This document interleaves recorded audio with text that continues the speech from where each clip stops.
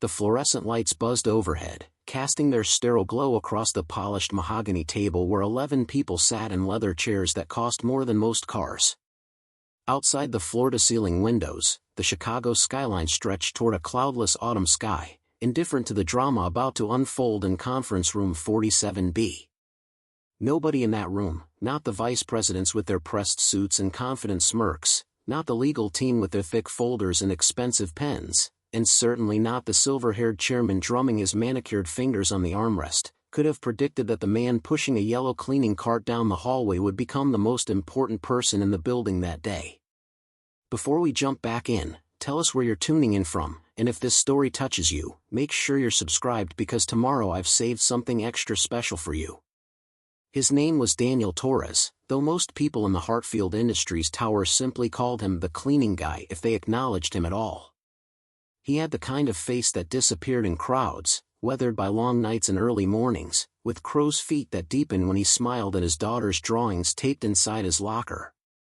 At 42 years old, Daniel had been wiping down desks and emptying trash bins in this building for 6 years, invisible to the executives who rushed past him as if he were part of the furniture. But invisibility, Daniel had learned long ago, could be a powerful thing. People said everything in front of ghosts. Daniel's shift usually ended at 6 in the morning, right when the first executives arrived with their coffee orders and morning urgency. But today was different. Today, his daughter Emma had a science fair at school, and he had promised her, really promised her this time, that he would be there. At 8 years old, Emma had already grown accustomed to her father's absences, to the way he sometimes fell asleep at the kitchen table with his work boots still on, to the careful budgeting that meant new shoes came from thrift stores and birthday cakes were homemade. She never complained, not once, but Daniel saw the disappointment flash across her face each time he missed a school event. This time would be different. He had requested to leave early, filling out the proper forms, getting approval from his supervisor 3 weeks in advance. Everything was set. He would finish the executive floor by 5:30, clock out, rush home to shower and change, then make it to Lincoln Elementary by 7:45.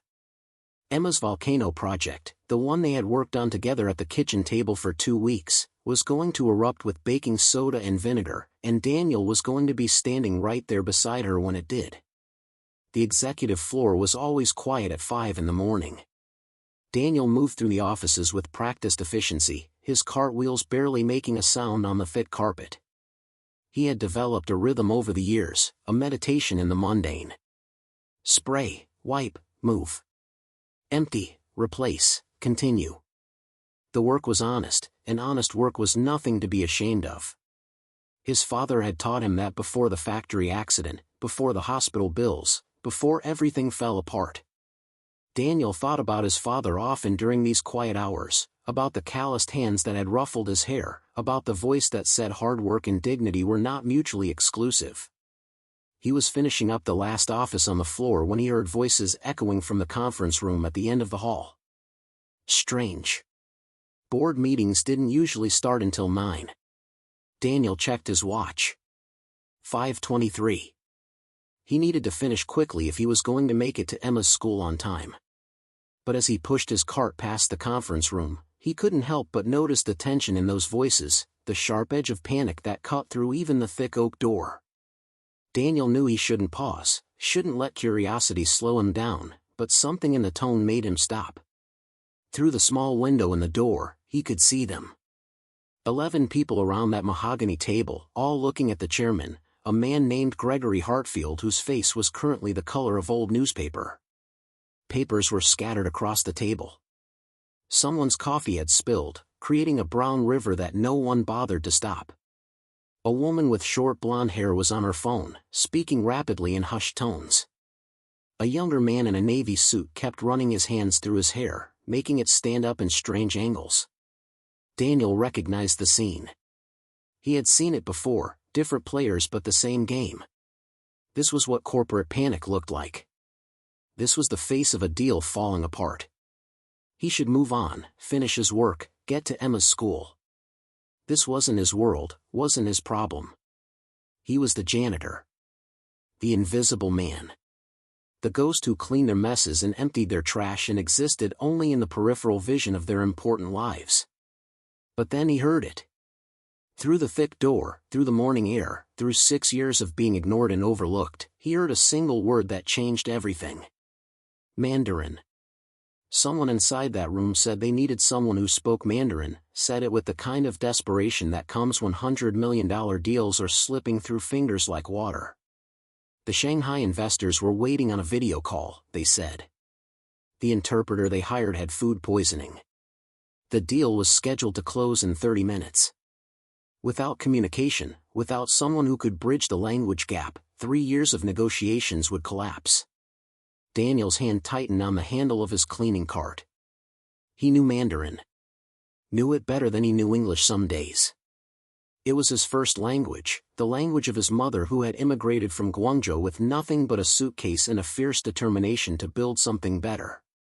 She had made sure Daniel grew up bilingual, made sure he understood his heritage even as they built a new life in America. He had studied international business at Northwestern, graduated with honors, had dreams once of working in global markets, of building bridges between East and West. But then his mother got sick. Cancer, the doctors said, and the bills started piling up faster than he could count them. Preparing and narrating this story took us a lot of time, so if you are enjoying it, subscribe to our channel. It means a lot to us. Now, back to the story. He had been 23, 2 semesters away from his MBA, when he made the choice. School could wait. His mother couldn't. He dropped out, took the first job he could find that offered immediate pay and health insurance. The janitorial position at Hartfield Industries wasn't glamorous, but it was honest work, and it kept the lights on while his mother fought her battle. She had passed away 4 years ago, but by then, Daniel had Emma to think about. Emma, whose mother had left when she was just 6 months old, leaving only a note in an empty closet. Emma, who was his entire world, who deserved stability even if it came with a mop and a bucket.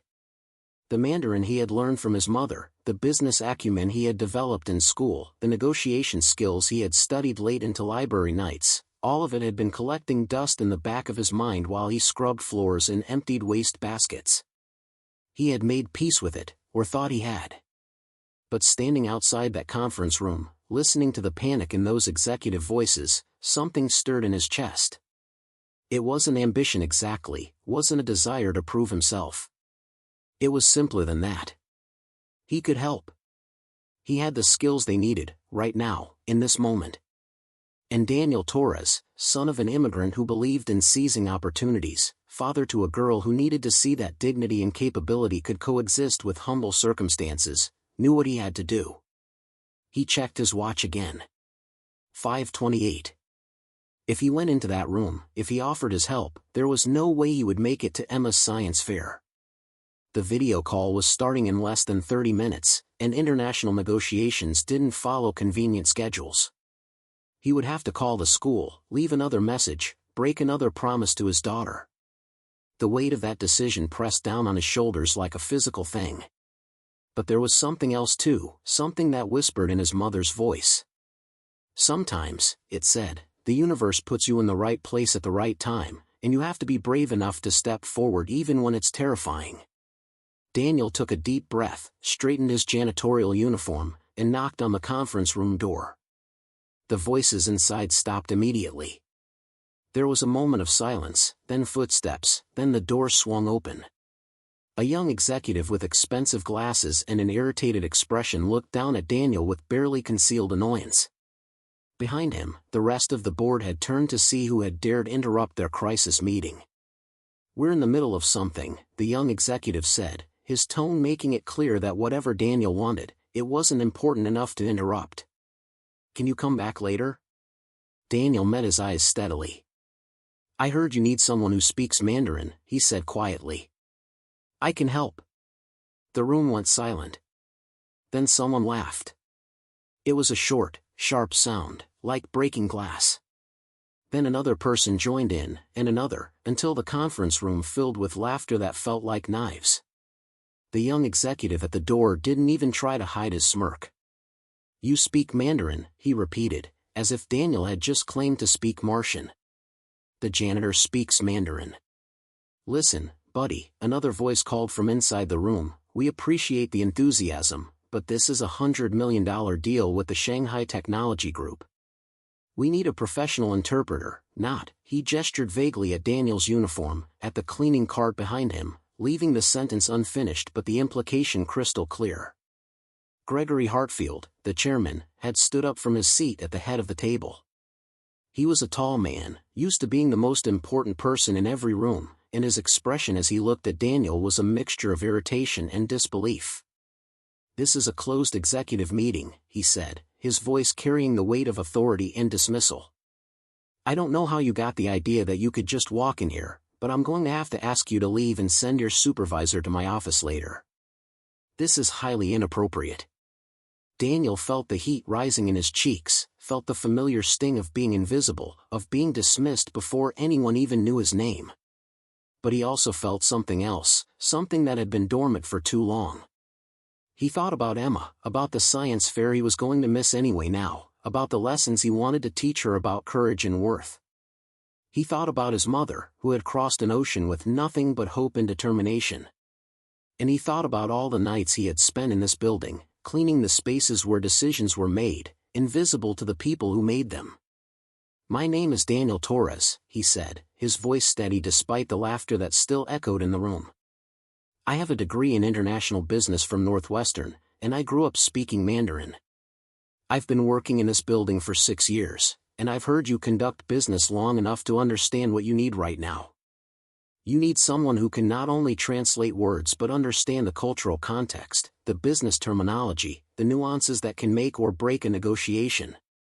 You have, he glanced at the clock on the wall, 26 minutes before your call with Shanghai. You can spend those minutes laughing at me, or you can let me help you save this deal. The laughter died slowly, like a fire running out of fuel.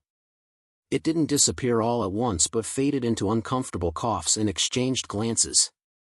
The young executive at the door had stopped smirking, his expression now somewhere between confusion and curiosity.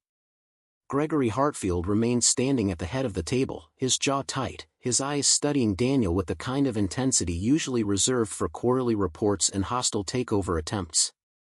The silence that followed Daniel's words was heavy, thick with tension and unspoken calculations. A woman in a charcoal gray suit leaned forward, her silver bracelet catching the morning light. Her name was Victoria Barnes, and Daniel recognized her from the nameplate on the office he cleaned every morning. She was Executive Vice President of International Operations, and unlike the others, she wasn't laughing. Her dark eyes moved from Daniel's worn work boots to his faded uniform shirt to his face, which held none of the deference they were accustomed to seeing from building staff. Northwestern, she said quietly, and it wasn't a question but a statement being processed. International business. That's a competitive program. She glanced at Hartfield, then back at Daniel. Why are you pushing a cleaning cart instead of sitting at this table? Daniel felt every eye in the room lock onto him. It was the question he had asked himself 1,000 times during long nights, during the hours between midnight and dawn when the building was empty and his thoughts were too loud.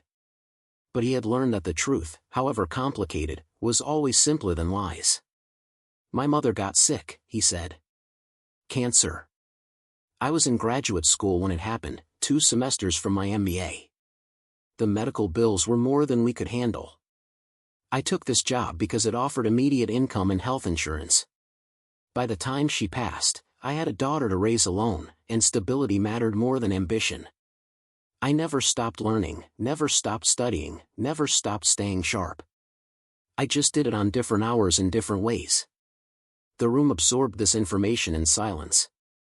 Someone shifted in their chair. Another person cleared their throat. But Victoria Barnes kept her gaze steady on Daniel, and something in her expression had changed, softened perhaps, or maybe just opened. The Shanghai Technology Group, she said. Do you know who they are? What they do? Daniel nodded. They're one of the largest semiconductor manufacturers in East Asia. Started as a government-backed initiative in 2008, went private in 2015, and have been expanding into international markets ever since. They've been trying to establish manufacturing partnerships in North America for the past 3 years because of supply chain concerns and tariff complications. This deal, if I'm understanding the papers on your table correctly, would give Hartfield Industries exclusive access to their advanced chip technology in exchange for production facilities and market access in the United States. The silence that followed was different now. The mockery had evaporated completely, replaced by something else. Surprise, certainly. Curiosity, definitely. But also a growing realization that perhaps they had made assumptions too quickly, that perhaps the man in the janitor's uniform knew more about their business than they had imagined possible. Gregory Hartfield slowly lowered himself back into his chair. His expression remained guarded, but his tone had shifted from dismissal to calculation. "You've been paying attention," he said carefully. "I've been here 6 years," Daniel replied. "I clean these offices, these conference rooms. I empty the trash bins where discarded drafts end up. I'm here when you arrive and still here when you leave. You'd be surprised what you can learn when people forget you're in the room." A younger man in a navy suit, someone Daniel didn't recognize, let out a low whistle. "That's either incredibly resourceful or incredibly creepy," he muttered, but there was a hint of admiration in his voice. "It's survival," Daniel said simply. "I wanted to stay sharp, stay informed, stay ready in case an opportunity ever came. I never imagined it would look like this, but here we are." Victoria Barnes picked up her phone and glanced at the screen. "We have 22 minutes, she said, directing her words to Hartfield but keeping her eyes on Daniel. "Our interpreter is in the emergency room with severe food poisoning. The Shanghai team has already pushed this meeting back twice, and their patience is running thin. If we cancel again, we risk losing the deal entirely. 3 years of negotiation, hundreds of hours of work, relationships we've built from scratch.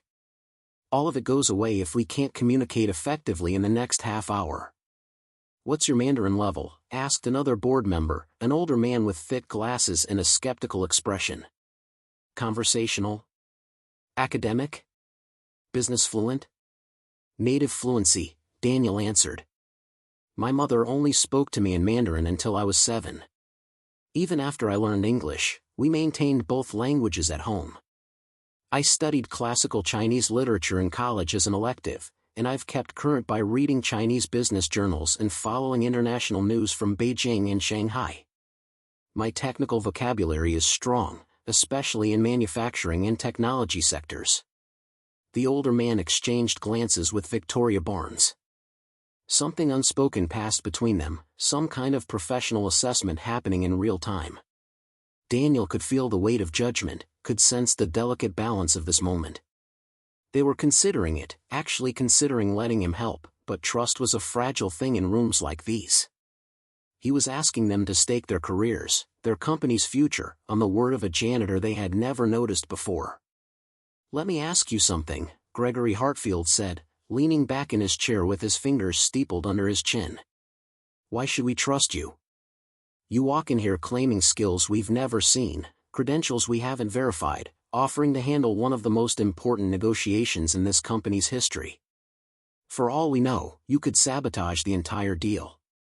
You could mistranslate deliberately, create international incidents, destroy relationships we've spent years building. Give me one good reason why I should let you anywhere near this video call." Daniel had expected this question, or something like it. He had spent 6 years watching how these people operated, how they thought, what motivated their decisions.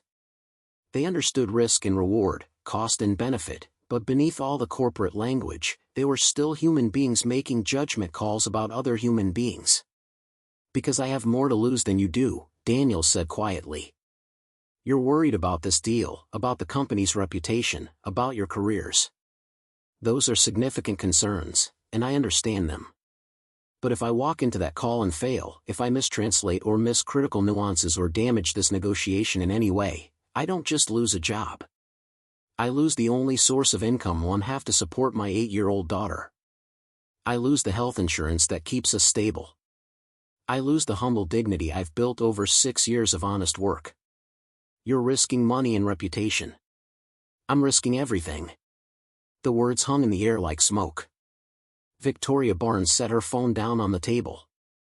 The young executive who had answered the door was now leaning against the wall, his arms crossed, but his earlier mockery had been replaced by something that looked almost like respect. Even Gregory Hartfield's stern expression had softened slightly at the edges. Plus, Daniel continued, I heard you mention the Shanghai Technology Group was concerned about cultural understanding and authentic partnership. They've been burned before by American companies that viewed them purely as manufacturing resources rather than collaborative partners. They want to work with people who understand and respect Chinese business culture, who see them as equals rather than subordinates. That's been the sticking point in negotiations, hasn't it? The cultural gap, not the technical terms. Victoria Barnes smiled for the first time since Daniel had entered the room. It was a small smile, barely visible, but genuine. You really have been paying attention, she said. It's my job to notice things others miss, Daniel replied. Hartfield stood up again, but this time his movement was decisive rather than defensive. He walked around the table to where Daniel stood in the doorway, his cleaning cart still visible in the hallway behind him. Up close, the chairman was even more imposing, but Daniel held his ground, met his eyes without flinching. His mother had taught him that respect was important, but so was self-respect, and there was no honor in making yourself smaller than you were. If we do this, Hartfield said slowly, if we let you into this call, you follow Victoria's lead. She'll brief you on the key points, the sensitive areas, the terms we absolutely cannot compromise on. You translate exactly what we say, exactly what they say, nothing more, nothing less. No editorializing, no personal opinions, no improvisation. Are we clear? Crystal clear, Daniel said. And if this goes wrong, if you cost us this deal, then I'll accept full responsibility, Daniel interrupted, his voice steady. But it won't go wrong. I know what's at stake, for all of us. Hartfield studied him for another long moment, then turned to Victoria. Your call, he said. International operations is your domain. If you think he can do this, I'll trust your judgment. But this is on you. Victoria Barnes stood up, gathering papers from the table and organizing them into a neat stack. Get in here, she said to Daniel. We have 19 minutes to brief you on 3 years of negotiations. Close the door behind you and park that cart in the hallway. For the next hour, you're not a janitor. You're our interpreter. Daniel felt something surge through his chest, something that might have been hope or terror or perhaps both at once. He pulled his cleaning cart fully into the hallway, set the brake, and stepped into the conference room. The door clicked shut behind him with a sound that felt like a threshold being crossed, like a door opening onto a path he hadn't walked in years. The young executive who had initially dismissed him pulled out a chair. Welcome to the circus, he said. And this time there was no mockery in his voice, only the grim humor of people facing a high-stakes situation together.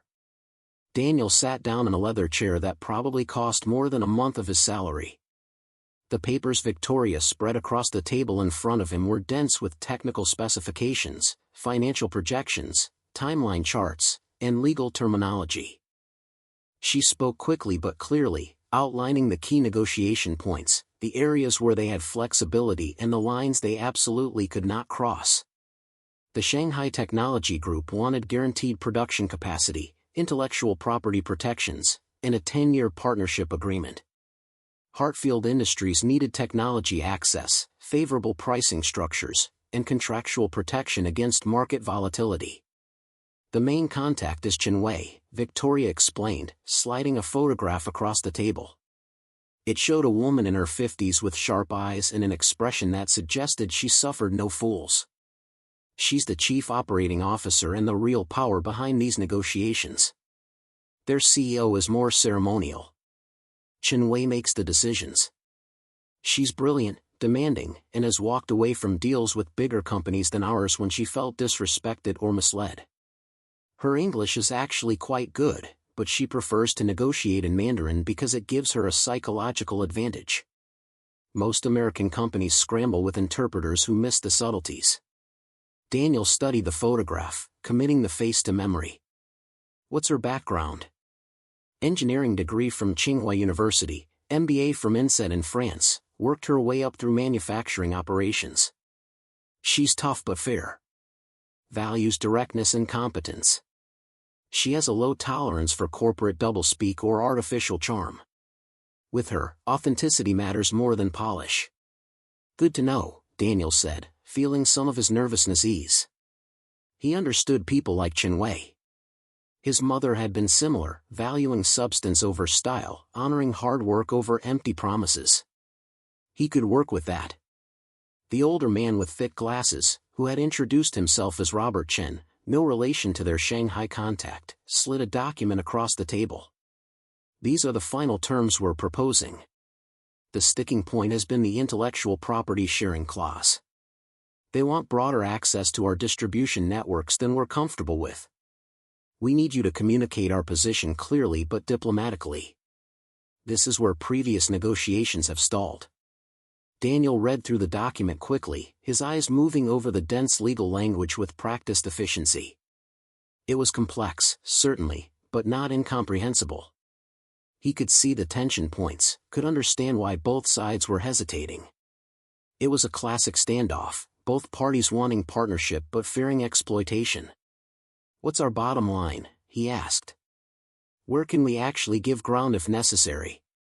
Victoria looked at Hartfield, who nodded slightly. We can extend the distribution network access to secondary markets in the Southwest, she said. But the primary coastal markets need to remain under our exclusive control for at least the first 5 years. That's non-negotiable. And what do we know about their bottom line? Daniel asked. What do they really need from this deal? The question seemed to surprise them. The young executive, whose name Daniel had learned was Thomas Wright, raised an eyebrow. That's what we've been trying to figure out for 3 years, he said dryly. Daniel looked down at the papers again, thinking about what Victoria had told him about Chen Wei, about her background and her values. He thought about his mother, about the immigrant experience, about what it meant to build something in a place that didn't always welcome you with open arms. He thought about pride and partnership, about the difference between being used and being valued. They need validation, he said slowly, looking up at the faces around the table. They need to know that this isn't just a transaction where we're exploiting their manufacturing capabilities. They need to feel like equal partners, like their expertise and their contributions are genuinely valued, not just convenient. The intellectual property sharing isn't really about market access. It's about respect. It's about being treated as collaborators rather than contractors. The silence that followed was thoughtful rather than skeptical. Victoria Barnes was nodding slowly, her expression suggesting Daniel had articulated something she had been sensing but couldn't quite name. Even Hartfield looked impressed, his stern features softening slightly. That's good insight, Victoria said quietly. That's very good insight. A phone buzzed on the table. Robert Chen picked it up, glanced at the screen, and looked at the others. 5 minutes, he announced. They're ready when we are. The energy in the room shifted immediately. The theoretical had become real. In 5 minutes, Daniel would step into a role he hadn't played in years, would use skills he had maintained in solitude, would either prove himself or fail spectacularly in front of people who had spent the morning laughing at him. His heart was pounding, but his hands were steady as he helped Victoria organize the papers into a logical order. One more thing, Hartfield said, and everyone turned to look at him. He was standing by the window now, looking out at the Chicago skyline, his back to the room. If this works, if we close this deal, we're going to have a serious conversation about your employment here. Northwestern graduate with international business expertise cleaning floors is a waste of resources. For the company and for you. Daniel felt his throat tighten. I appreciate that, sir, but right now, let's focus on the next hour. We can talk about the future after we've secured it.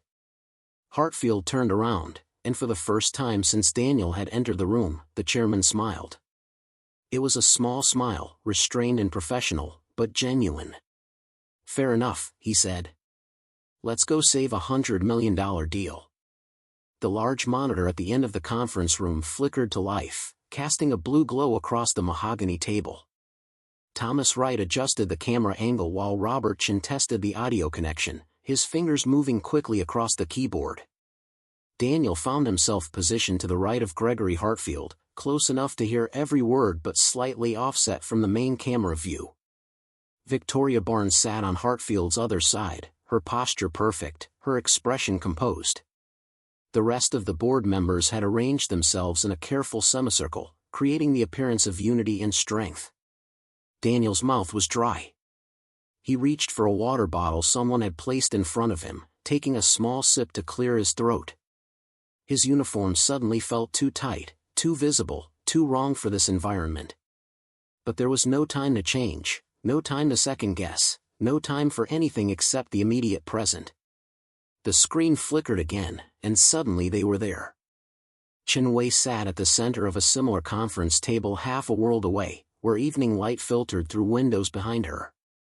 She wore a navy blazer over a white blouse, her gray-streaked hair pulled back in a neat bun. Her expression was neutral, professional, but Daniel could see the sharpness in her eyes, the intelligence that Victoria had warned him about. Flanking her were 4 other executives, 2 men and 2 women, all dressed formally, all watching the American side of the screen with expressions that ranged from curious to skeptical. Hartfield leaned forward slightly, his hands clasped on the table. "Good evening, Ms. Chen," he began in English. "Thank you for your patience with our scheduling complications. I understand you've had to adjust your timeline several times, and we appreciate your flexibility." There was a pause while Chen Wei listened, and Daniel realized with a start that everyone was waiting for him. This was it. The moment where he either proved himself or failed spectacularly. He took a breath, feeling his mother's presence somehow, feeling the weight of every quiet hour he had spent studying and learning and refusing to let his mind go soft despite the physical nature of his work. He spoke in Mandarin, his voice steady and clear. "Chen Wei Nushi, Gangxi Nin Dui Women Shirjian and Pai Weni Denaishin. Walijia Nind Riching Yijing Duosi Tiaozing, Women Fei Chang Gangxi Nind Lingwaxing." Chen Wei's eyebrows rose slightly. It was a subtle movement, barely perceptible, but Daniel caught it. Surprise, perhaps, or interest. She responded in Mandarin, her voice crisp and businesslike. "Your interpreter has improved significantly since our last conversation. The previous one struggled with technical terminology." Daniel translated for the room, keeping his voice neutral. "She says the interpretation has improved from previous calls. She notes that the last interpreter had difficulty with technical language. Tell her we've made several changes to ensure this negotiation proceeds smoothly," Victoria said. "We understand the importance of clear communication and mutual understanding." Daniel translated, but as he spoke, he made a subtle adjustment, adding a layer of cultural context that the literal words didn't quite capture. He included a phrase about respecting the partnership, about valuing the relationship beyond mere transaction. It was a small thing, a minor addition, but he saw Chen Wei's expression shift almost imperceptibly. A slight nod. A fractional softening around her eyes. She replied in Mandarin, speaking directly to the camera now. "Before we discuss terms, I must be frank with you. Shanghai Technology Group has had numerous discussions with American companies over the past 5 years. Many of them view us primarily as a manufacturing resource, a way to reduce their costs while maintaining control over innovation and market access. If that is your intention here, we should end this conversation now and save ourselves further time." The directness was startling, even though Victoria had warned him that Chen Wei valued straight talk. Daniel could feel the tension spike in the room as he translated her words. Hartfield's jaw tightened. Victoria's fingers stilled on her notepad. Thomas Wright shifted uncomfortably in his chair. This was the moment, Daniel realized. This was where previous negotiations had fractured. The American side would offer corporate platitudes about partnership and collaboration, and the Chinese side would hear the emptiness behind the words, and both parties would walk away convinced the other was negotiating in bad faith. But Daniel had been poor.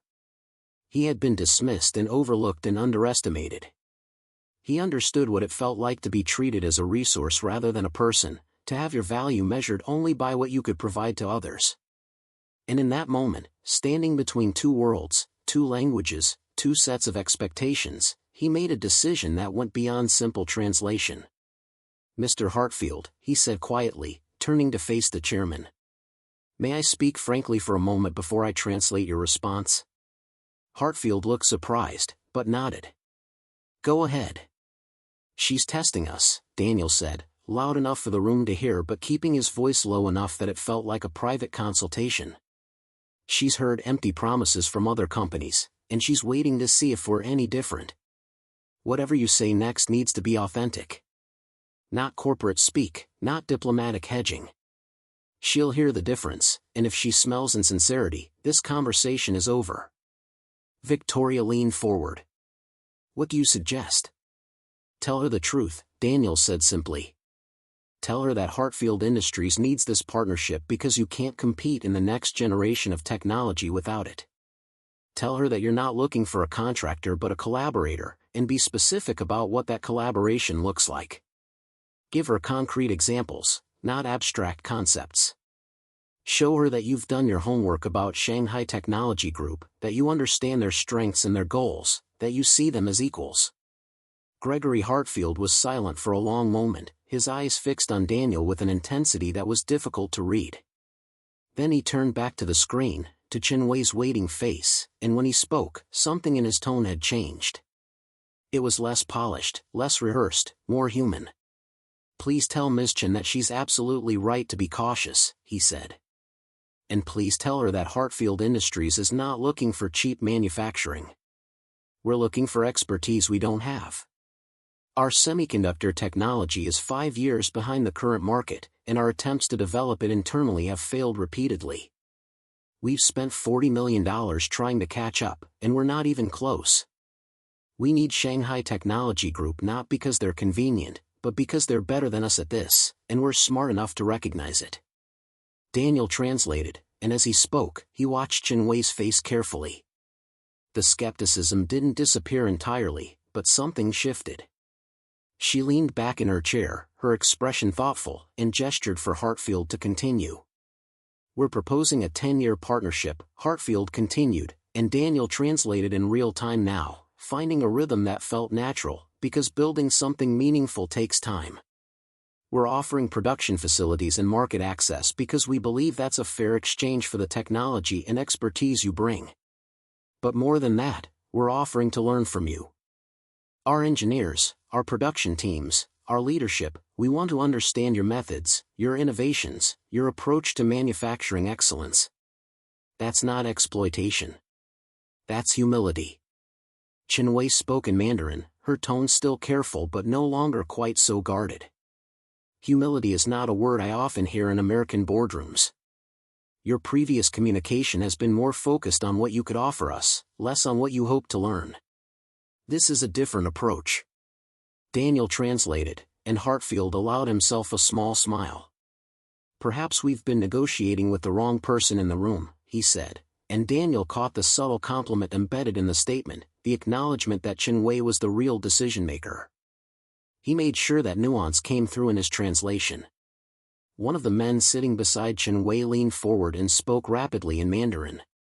Daniel listened carefully, catching technical terms about semiconductor architecture, fabrication processes, and yield optimization.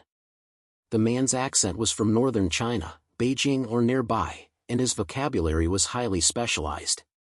This was clearly their chief technical officer or someone with deep engineering expertise. "He's asking about your current fabrication capabilities," Daniel translated. "Specifically, what node size you're currently able to produce at scale, what your yield rates are, and what equipment you're using. He's also asking whether you've attempted 7-nanometer production and what the failure points were."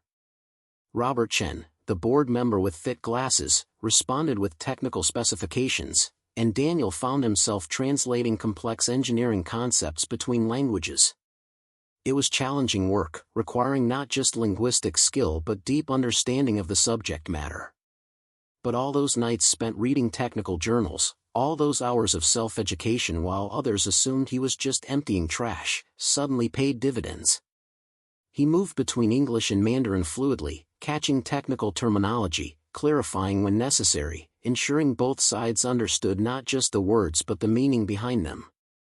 The conversation continued for 20 minutes, drilling down into technical details, production timelines, quality control measures. Daniel translated everything, but he also began to notice patterns. The Chinese team asked detailed questions about specific processes, suggesting they were genuinely interested in understanding Heartfield's current capabilities and limitations. They weren't just interrogating, they were assessing compatibility. That was a good sign. Victoria Barnes eventually steered the conversation back to the broader partnership structure. "We understand that intellectual property sharing has been a concern," she said, and Daniel translated. "We'd like to address that directly. What we're proposing is a tiered approach. Core technology remains proprietary to Shanghai Technology Group. Secondary applications and modifications developed jointly become shared property. Market-specific innovations developed by Heartfield for North American applications remain our property but are available to Shanghai Technology Group for use in other markets under licensing terms we would establish together." Chen Wei conferred quietly with her team, their voices low and rapid. Daniel could hear fragments of the conversation, enough to understand they were debating the specifics of the proposal, weighing risks and benefits. Finally, Chen Wei turned back to the camera. "The structure is acceptable in principle," she said in Mandarin, and Daniel felt the tension in the room ease slightly as he translated. "But we have concerns about the definition of core technology versus secondary applications. The line between them is not always clear, and ambiguity creates conflict. We've seen this destroy partnerships before." "She's right," Daniel said to the room before anyone could respond. "They need clear definitions, explicit boundaries. Vague language will create problems later." Heartfield nodded. "Tell her we agree completely. Ask her if she'd be willing to work with our legal team to create specific definitions with examples. We can propose a framework, but we want her input to ensure it reflects actual engineering realities, not just legal abstractions." Daniel translated, adding emphasis to the invitation for collaboration, making it clear that Heartfield was asking for Chen Wei's expertise rather than dictating terms. Her response was measured but noticeably warmer. "That would be acceptable. We would want our Chief Technology Officer involved in those discussions to ensure technical accuracy." The negotiation continued, point by point, term by term. Daniel translated discussions about production capacity, market territories, dispute resolution mechanisms, and quality standards. Hours seemed to pass, though the clock showed it had been less than 90 minutes. His voice was getting tired, his throat dry despite the water he kept sipping, but he maintained focus, catching every nuance, every subtle shift in tone. At one point, Chen Wei made a comment in Mandarin that included a colloquial phrase, something about not wanting to buy a cat in a bag. It was the equivalent of the English idiom about buying a pig in a poke, referring to making a purchase without proper inspection. Daniel translated it as they don't want to commit without proper due diligence, but then added, she used a traditional Chinese idiom there, about not buying a cat in a bag. It suggests she's concerned about hidden problems or undisclosed complications. Victoria caught the implication immediately. "Tell her we welcome full technical audits. We have nothing to hide about our current capabilities or our facilities. We'd rather she see our limitations clearly now than discover them later and feel misled." The honesty seemed to resonate. Chen Wei nodded, and when she spoke again, her tone had shifted noticeably. She was no longer testing or probing. She was negotiating in earnest, working toward agreement rather than looking for reasons to walk away. They reached the critical sticking point about an hour and 40 minutes into the call. The distribution network access, the issue that had stalled previous negotiations. Victoria laid out Heartfield's position clearly. Primary coastal markets would remain exclusive to Heartfield for the first 5 years, with Shanghai Technology Group receiving access to secondary markets immediately and broader access after the initial period. Chen Wei listened to the translation, then shook her head. "That timeline is too long," she said in Mandarin. 5 years in technology markets might as well be forever. Markets shift, opportunities disappear. We need access to primary markets within 3 years, or this partnership doesn't serve our strategic goals. Daniel translated, and he saw the board members exchange glances. This was the moment where previous negotiations had collapsed. Both sides had legitimate concerns. Hartfield couldn't risk losing market control too quickly. Shanghai Technology Group couldn't commit to a partnership that left them locked out of the most valuable markets for half a decade. We can't do 3 years, Hartfield said firmly. Our existing distribution partners have contracts and expectations. Breaking those relationships would damage our reputation and create legal complications. 5 years is the minimum timeline we can work with. Daniel translated, but as he did, he was thinking rapidly. There was a solution here, a way to bridge the gap, but it would require both sides to think creatively. He finished the translation, then took a risk. Mr. Hartfield, he said quietly, may I make a suggestion? All eyes in the room turned to him. He could feel Victoria's curiosity, Robert Chen's skepticism, Thomas Wright's surprise. But Hartfield nodded. Go ahead. What if you offered them graduated access? Daniel said. Not full access to primary markets in 3 years, but limited access that increases over time. Start with a small percentage in year 3, increase it in year 4, reach full parity in year 5. That way they're not completely locked out, but you're not breaking existing relationships. It acknowledges their concern about timing while respecting your contractual obligations. The suggestion hung in the air for a moment. Then Victoria Barnes smiled, the kind of smile that suggested she was recalculating her assessment of who Daniel was and what he was capable of. That could work, she said slowly. That could actually work. Hartfield looked at the other board members, reading their reactions. Robert Chen was nodding thoughtfully. Thomas Wright shrugged in a way that suggested he had no better alternatives. Draft the language, Hartfield said to Victoria. Make it specific, with percentages and timelines. Victoria pulled up a document on her laptop, typing quickly. 10% access to primary markets in year 3, she said, thinking aloud. 25% in year 4, 50% in year 5, full parity in year 6. Does that work? Make it 15, 30, 60, full parity in year 5, Daniel suggested. Faster progression shows good faith, and reaching full parity a year earlier addresses her timeline concern. Hartfield considered this, then nodded. Do it. Victoria finalized the language, then read it aloud. Daniel translated carefully, making sure the percentages and timelines were crystal clear. Chenwei consulted with her team again, their discussion animated but not heated. Daniel could see them running calculations, weighing the proposal against their strategic needs. Finally, Chenwei looked back at the camera. When she spoke, her voice carried a note of something that might have been respect. The graduated access structure is acceptable, she said in Mandarin. It addresses our concerns while acknowledging your existing commitments. This is a fair compromise. Daniel translated, and the relief in the room was palpable. Hartfield leaned back in his chair, the tension finally leaving his shoulders. Victoria Barnes was smiling openly now. Even the skeptical board members looked pleased. But Chenwei wasn't finished. She leaned forward, looking directly into the camera with those sharp, intelligent eyes. Before we finalize these terms, she said in Mandarin, I have a question for your interpreter. You have been translating for nearly 2 hours now, and your Mandarin is exceptional. Your accent is Cantonese influenced, but your vocabulary is educated, technical. You understand not just language but context. This is unusual for corporate interpreters. Who are you? The question caught everyone off guard. Daniel felt his heart rate spike.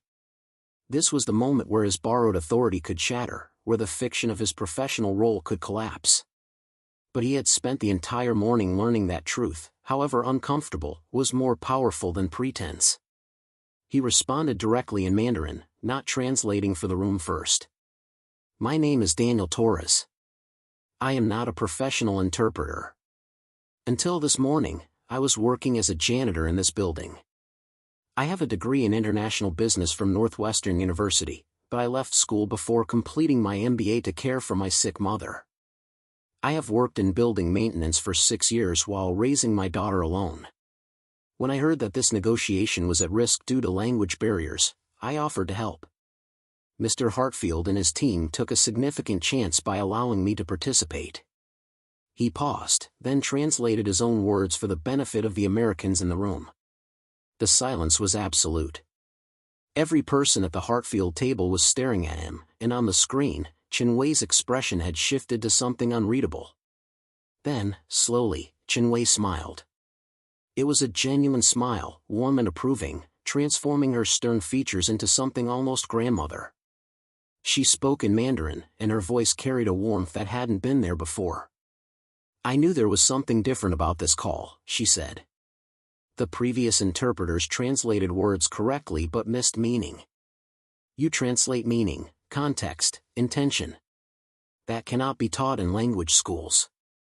That comes from lived experience, from understanding what it means to be underestimated, to have value that others cannot see. My own father was a factory worker who spoke 4 languages but spent his life being invisible to people who considered themselves his betters. You remind me of him. Daniel felt his throat tighten as he translated her words. When he finished, Chinwei continued, switching to English for the first time in the call. Her accent was noticeable but her grammar was perfect. Mr. Hartfield, she said, I have participated in many business negotiations, with many American companies.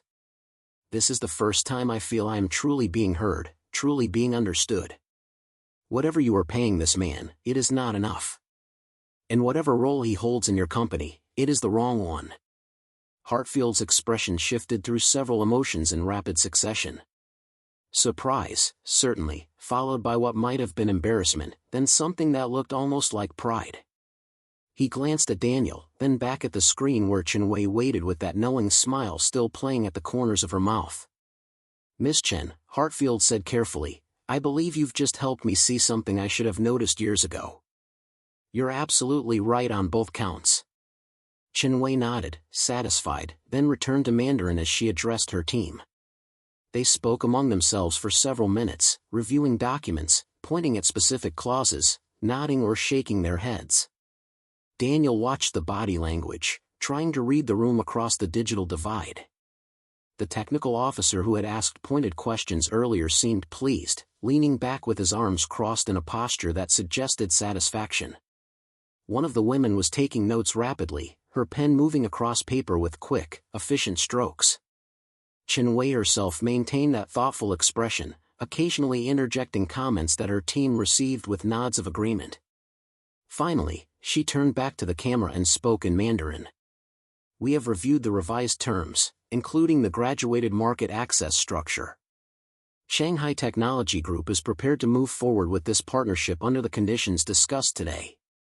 We will need legal documentation reflecting these terms, and we propose a signing ceremony in Shanghai within 30 days, with key executives from both companies present.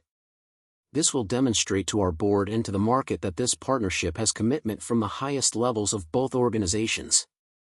Daniel translated, keeping his voice steady despite the surge of adrenaline coursing through him. This was it. They had done it.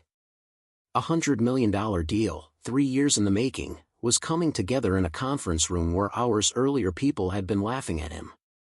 Victoria Barnes responded immediately, her voice warm with professional enthusiasm. We would be honored to come to Shanghai for the signing. 30 days is an aggressive timeline for legal documentation of this complexity, but we'll make it work. We can have our legal team begin drafting within 24 hours, and we propose exchanging drafts within 1 week for review and revision. Chinwei nodded as Daniel translated. That timeline is acceptable. I will have our legal department contact yours directly to coordinate. We should also arrange for technical teams from both sides to meet before the signing, to review integration plans and timeline specifics. The business agreement is important, but the practical implementation will determine whether this partnership succeeds or becomes another cautionary tale. Agreed completely, Hartfield interjected. We'll arrange for our Chief Technology Officer and Production Management team to visit Shanghai 2 weeks from now, if that works for your schedule.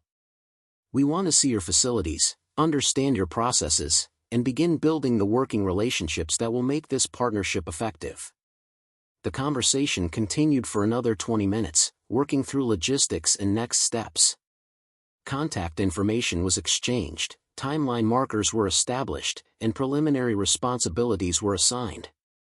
Throughout it all, Daniel translated steadily, his voice growing increasingly hoarse but his focus never wavering. He had started this morning expecting to spend his day cleaning offices and worrying about missing his daughter's science fair. Now he was facilitating one of the largest international business deals in Hartfield Industries history. As the call wound down, Chen Wei made one final comment in Mandarin, speaking directly to Daniel. "Mr. Torres," she said, and hearing his name in her accent was oddly touching, "I hope when we meet in Shanghai, you will be part of the delegation. Not as an interpreter, though your skills in that area are exceptional, but as someone who understands both sides of this partnership. People who can build bridges between cultures are rare and valuable. Do not let yourself remain invisible." Daniel translated her words, feeling the weight of every eye in the room upon him. When he finished, he responded in Mandarin, keeping his tone respectful but sincere. "Thank you, Ms. Chen. Your words mean more than you know. I would be honored to be part of the delegation, in whatever capacity Mr. Hartfield deems appropriate."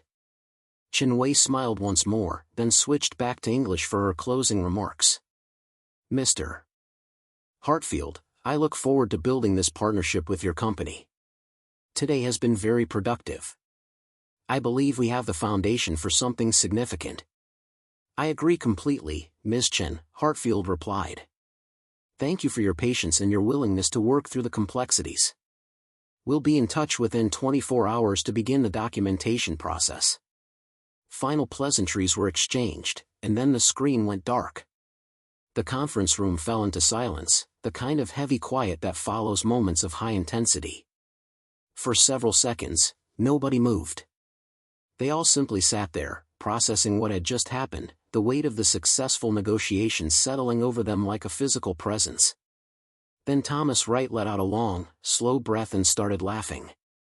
It wasn't mocking laughter this time, but the kind of slightly hysterical release that comes when tension breaks. "We actually did it," he said, shaking his head in disbelief. "We actually closed the deal." "No," Victoria Barnes said quietly, looking directly at Daniel.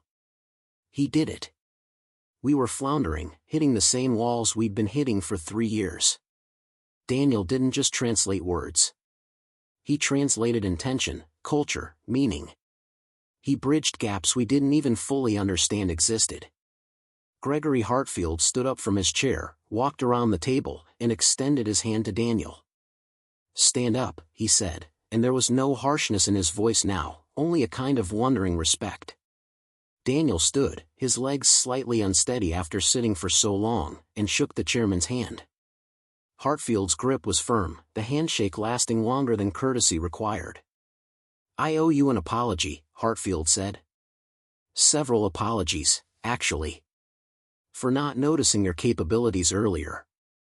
For allowing you to remain underutilized for 6 years. For the laughter when you first walked into this room. And most of all, for creating a workplace culture where someone with your skills and education feels they have no choice but to push a cleaning cart to make ends meet." Daniel didn't know what to say. He had imagined many possible outcomes when he knocked on that conference room door, but this wasn't one of them.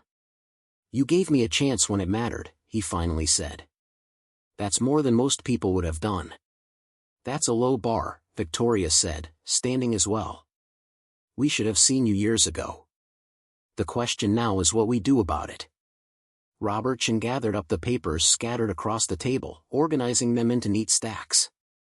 "The Shanghai Technology Group deal is going to require ongoing management," he said thoughtfully. "We'll need someone who understands both the technical aspects and the cultural dimensions. Someone who can communicate effectively with Chen Wei and her team, who can spot potential misunderstandings before they become problems. That's a senior position, probably director level at minimum." "That's what I was thinking," Hartfield agreed. He turned back to Daniel.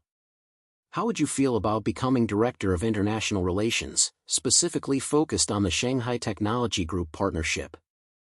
You'd be responsible for maintaining the relationship, facilitating communication between our technical teams and theirs, traveling to China regularly for on-site coordination, and essentially becoming the bridge that keeps this partnership functional. Daniel felt dizzy. Director level. International relations. Travel to China. It was everything he had dreamed about when he was 23 and studying late nights in the Northwestern Library, everything he had thought was lost forever when his mother got sick and his plans derailed. But even as hope surged through him, practical concerns crowded in behind it. I have a daughter, he said slowly. Emma is 8 years old, and I'm raising her alone. International travel, director-level responsibilities, those things typically require flexibility I'm not sure I have. I can't be absent for long periods. I can't miss her childhood chasing a career, even a career I'd love to have. Victoria nodded, her expression sympathetic. That's a legitimate concern. What if we structure the position with that in mind? Initial travel to Shanghai for the signing and facility visits, yes, but after that, most coordination could be done via video conference. You'd travel perhaps once a quarter for in-person meetings, and we'd make sure those trips were scheduled around your daughter's school calendar. We could also provide childcare support for when travel is necessary. And the salary would allow you to afford quality after-school care, summer programs, all the things that would give Emma stability and enrichment while you're building this new role, Thomas Wright added. He had pulled out his phone and was typing rapidly. Director-level compensation in international relations typically ranges from 120 to 160 base, plus bonuses tied to partnership performance. Given the specialized nature of this position and your unique qualifications, I'd recommend starting at 150 with a 20% performance bonus potential. Daniel did the math in his head. $150,000. It was more than 10 times his current salary. It was security, opportunity, the ability to give Emma things he had only dreamed about. New shoes that actually fit. Music lessons if she wanted them. A college fund that would mean she'd never have to make the choices he had made. But even as the numbers dazzled him, another thought pushed through. What about Marcus? He asked. He's been working the night shift with me for 4 years. Good man, Army veteran, supports 3 kids on a janitor's salary. If I move into a director position, does that mean you hire someone else to clean? Because Marcus needs those hours. His family depends on them. The question seemed to catch everyone off guard. Hartfield exchanged glances with Victoria, and something passed between them that Daniel couldn't quite read. Finally, Hartfield smiled, and it was a genuine smile, warm and approving. Most people, when offered a life-changing promotion, don't immediately think about their coworkers' job security, he said. That tells me everything I need to know about your character. Marcus's position is safe. In fact, if he has skills we're not utilizing, maybe we should have that conversation too. But that's separate from this. Your promotion doesn't come at someone else's expense. Daniel felt some of the tension leave his shoulders. He looked around the room at these people who had laughed at him hours earlier, who now looked at him with respect and something that might have been admiration. He thought about Emma, probably sitting in her classroom right now, wondering if her dad would make it to the science fair he'd promised to attend.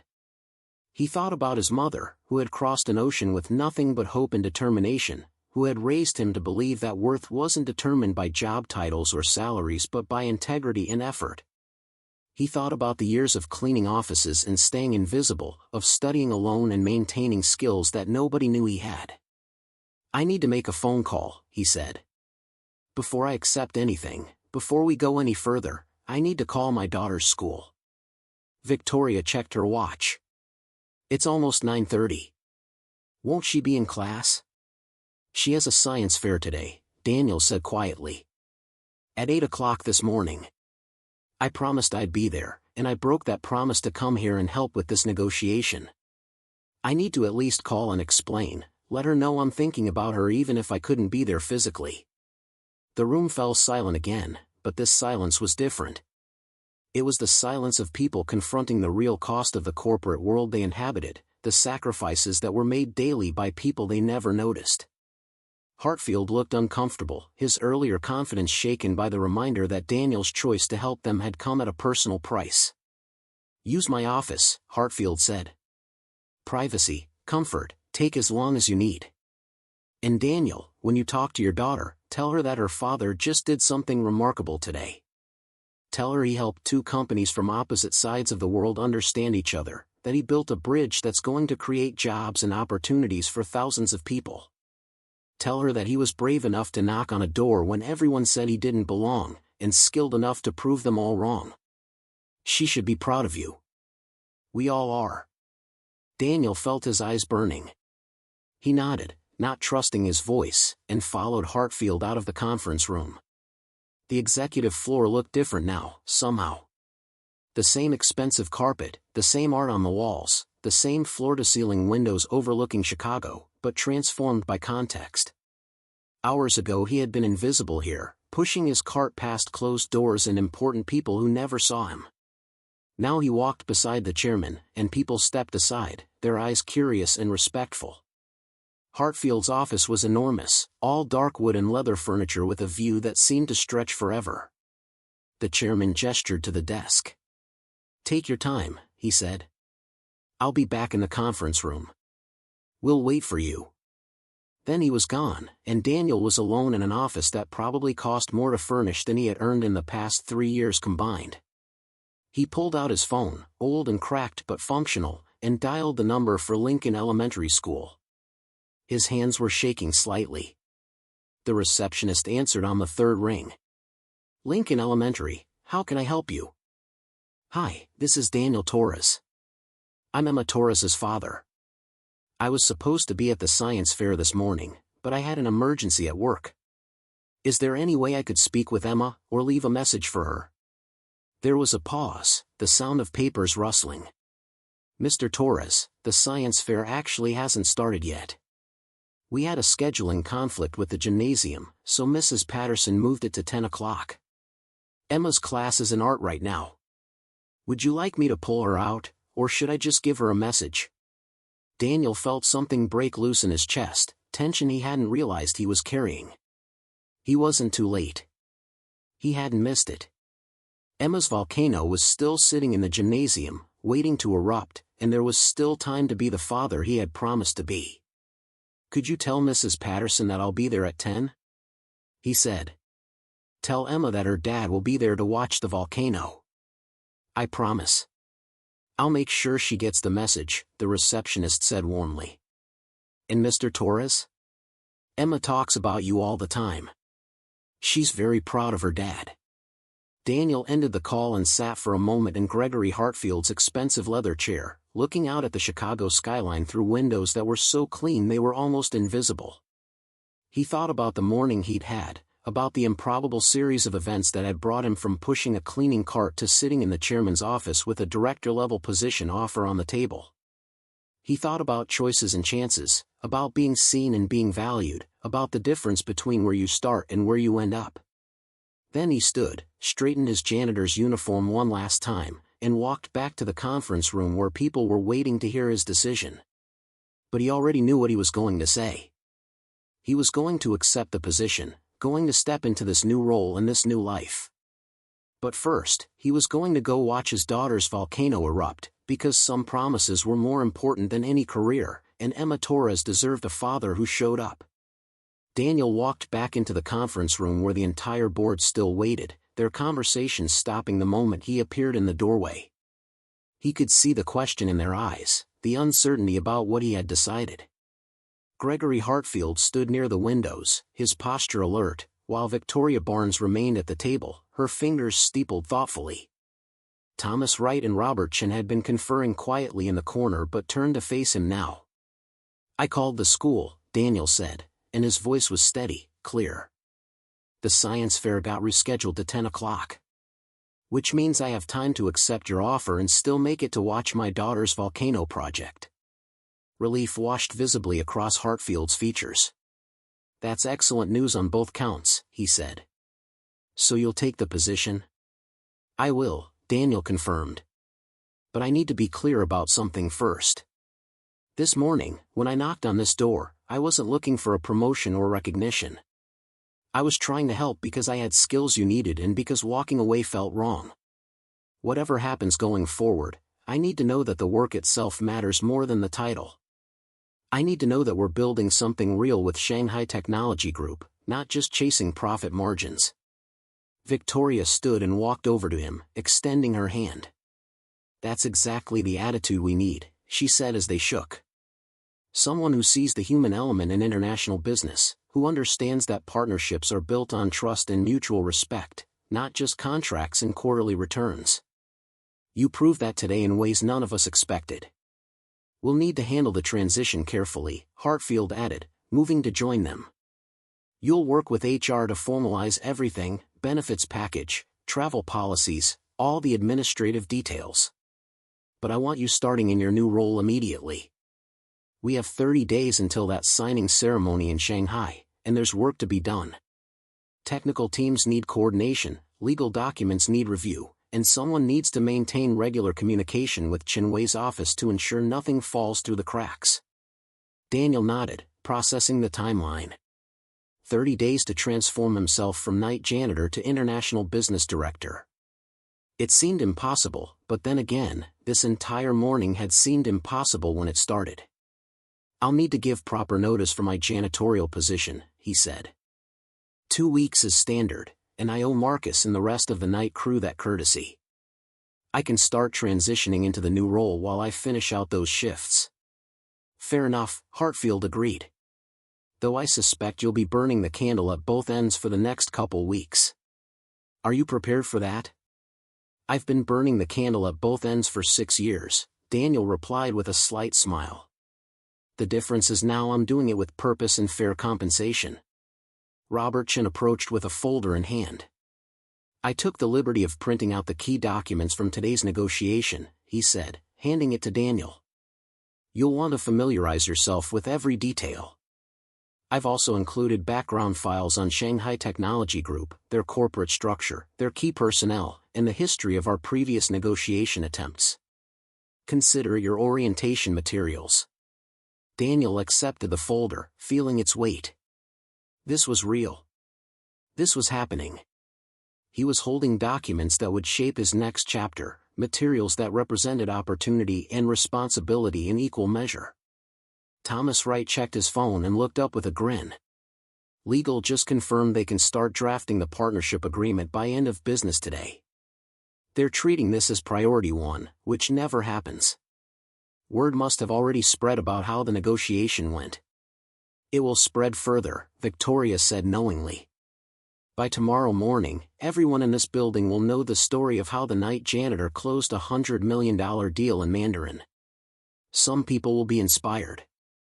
Others will be uncomfortable, forced to confront their own assumptions about worth and capability. Both reactions are necessary. Daniel glanced at the clock on the wall. 9:45. If he left now, he could make it to Lincoln Elementary with time to spare. I should go, he said. Emma's waiting, and I made her a promise. Go, Hartfield said immediately. Be with your daughter. Celebrate this morning with her, because without her, without your commitment to being a good father, you wouldn't have developed the character and priorities that made today possible. Come back tomorrow, and we'll handle all the paperwork and logistics. Today belongs to you and Emma. Daniel felt gratitude swell in his chest. He shook hands with each board member, accepting their congratulations and well wishes, then left the conference room for what he knew would be the last time as the invisible janitor. People watched him as he walked to the elevator, their expressions curious and respectful. By tomorrow, they would know the story. By next week, it would be legend in the building, the kind of tale that gets embellished and retold, that becomes part of company folklore. He took the elevator down to the basement where the janitorial staff kept their lockers and personal belongings. His cleaning cart sat where he had left it that morning, abandoned in his rush to help with the negotiation.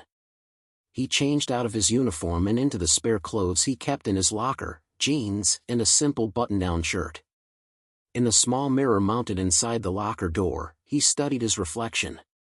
Same face, same weathered features, but something in his eyes had changed. He looked less tired, more alive, as if a weight he hadn't known he was carrying had finally lifted. Marcus found him there, just finishing changing. The older man looked concerned, his forehead creased with worry. "Daniel, man, where have you been? I heard you were in some meeting with the executives. Everything okay? You're not in trouble, are you?"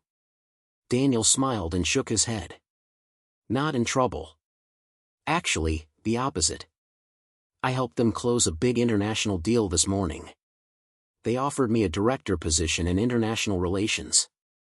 Marcus stared at him for a long moment, processing this information. Then slowly, a grin spread across his face.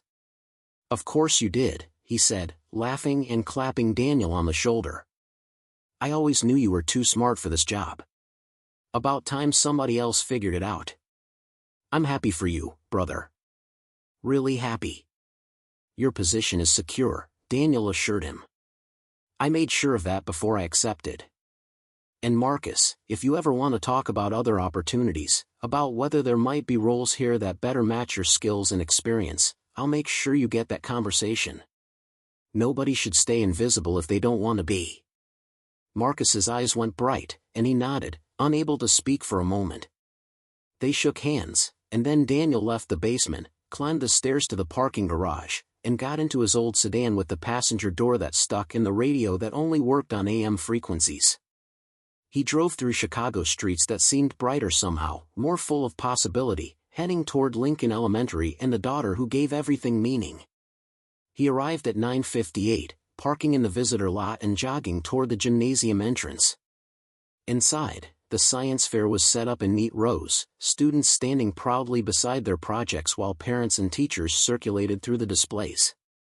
Daniel spotted Emma immediately, standing beside her volcano, wearing the new dress they had bought together at the thrift store, her curly hair pulled back with a bright blue ribbon. She saw him at the same moment and her face transformed, lighting up with pure joy. "Daddy," she called, waving frantically. "You made it. You came." Daniel walked to her, knelt down, and pulled her into a hug.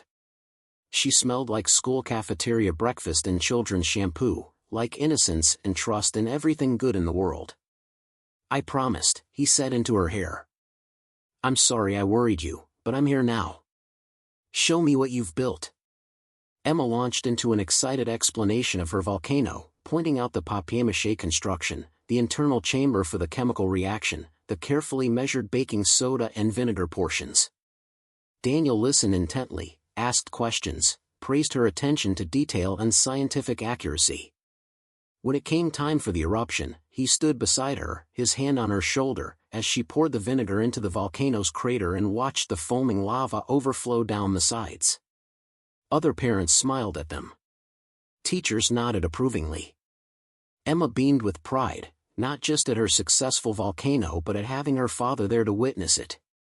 And Daniel knew, standing in that elementary school gymnasium surrounded by children's science projects and construction paper decorations, that he had made the right choice. The director position was important, the Shanghai partnership was significant, the salary would transform their lives. But this moment, this promise kept, this trust honored, this was what actually mattered. After the science fair, they went for ice cream, Emma chattering excitedly about her morning while Daniel listened and smiled. He didn't tell her yet about the new job, about the changes coming, about how their lives were about to shift in ways she couldn't fully understand. There would be time for those conversations later, time to explain and prepare and dream together about possibilities. For now, he just wanted to be her dad, sitting in a booth at the ice cream shop, listening to her talk about volcanoes and best friends and the chapters she was reading in her library book. Tomorrow would bring new challenges and opportunities.